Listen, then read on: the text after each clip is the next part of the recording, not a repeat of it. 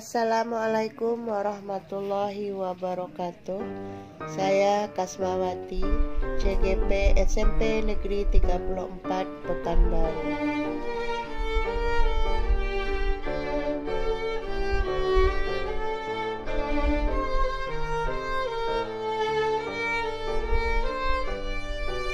Baiklah, di sini saya akan membuat tugas individu 7 dengan menggunakan kata pemandu.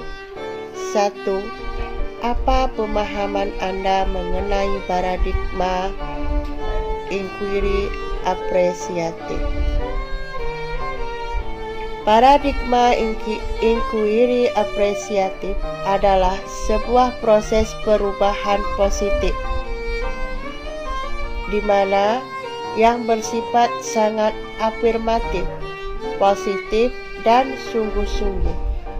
Melalui tahapan yaitu buat pertanyaan, ambil pelajaran, gali mimpi, jabarkan rencana, atur eksekusi, bakca. Semua kegiatan, praktek, dan proses inquiry apresiatif berpusat pada sisi terbaik suatu organisasi, baik masa lalu, masa kini, dan masa mendatang. Inquiry apresiatif sama sekali tidak mengingkari bahwa masalah dan persoalan itu tidak ada.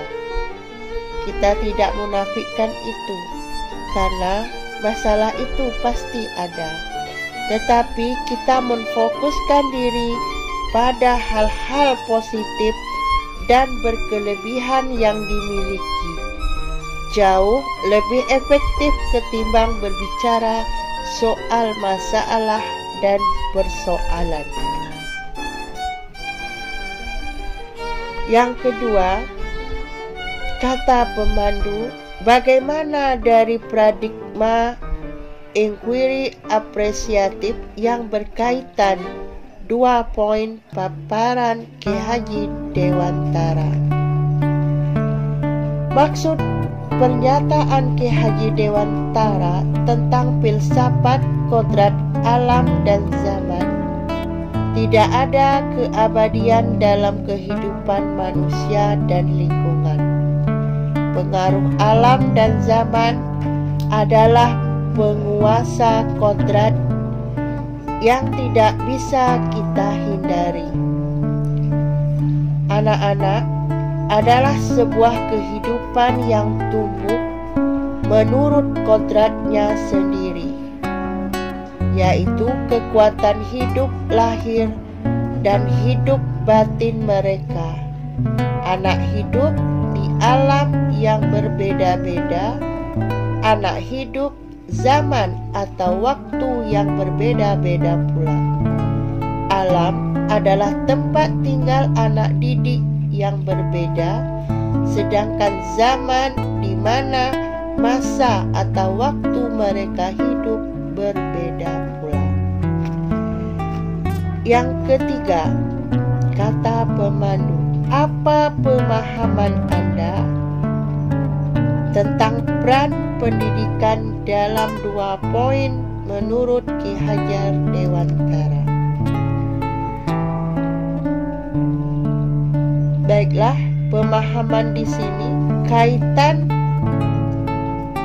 IA dan GHD. Kita sebagai guru hendaklah memandang anak didik dalam hal yang baik-baik saja atau hal yang positif saja. Barulah kita bisa mendekati siswa tersebut dengan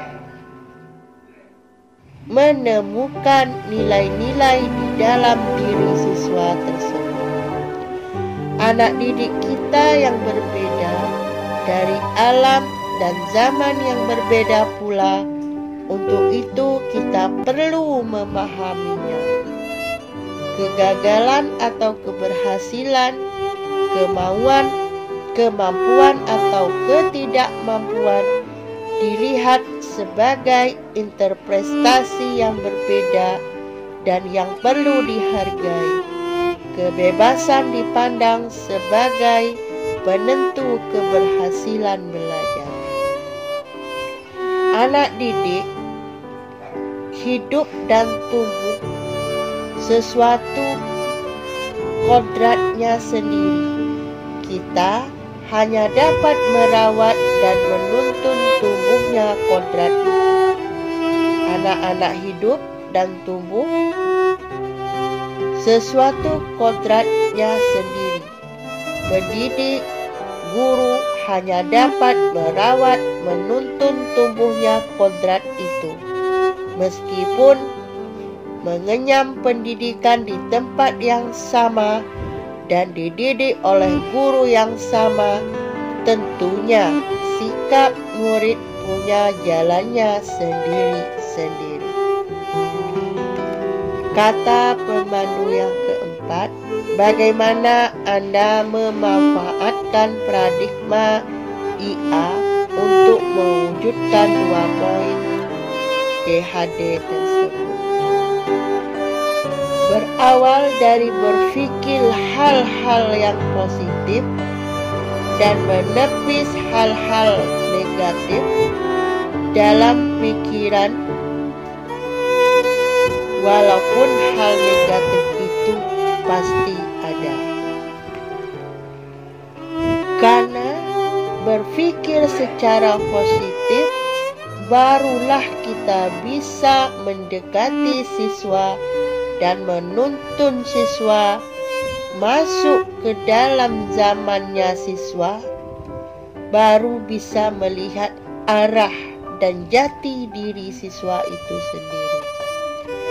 Selanjutnya, bisa memilahkan bahwa anak itu hidup di alam dan zaman yang berbeda, dan selalu memupuk siswa bahwa anak itu tumbuh sesuai kodratnya sendiri.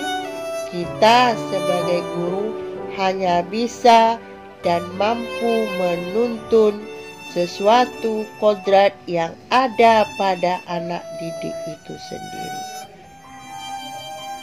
Terima kasih. Assalamualaikum warahmatullahi wabarakatuh.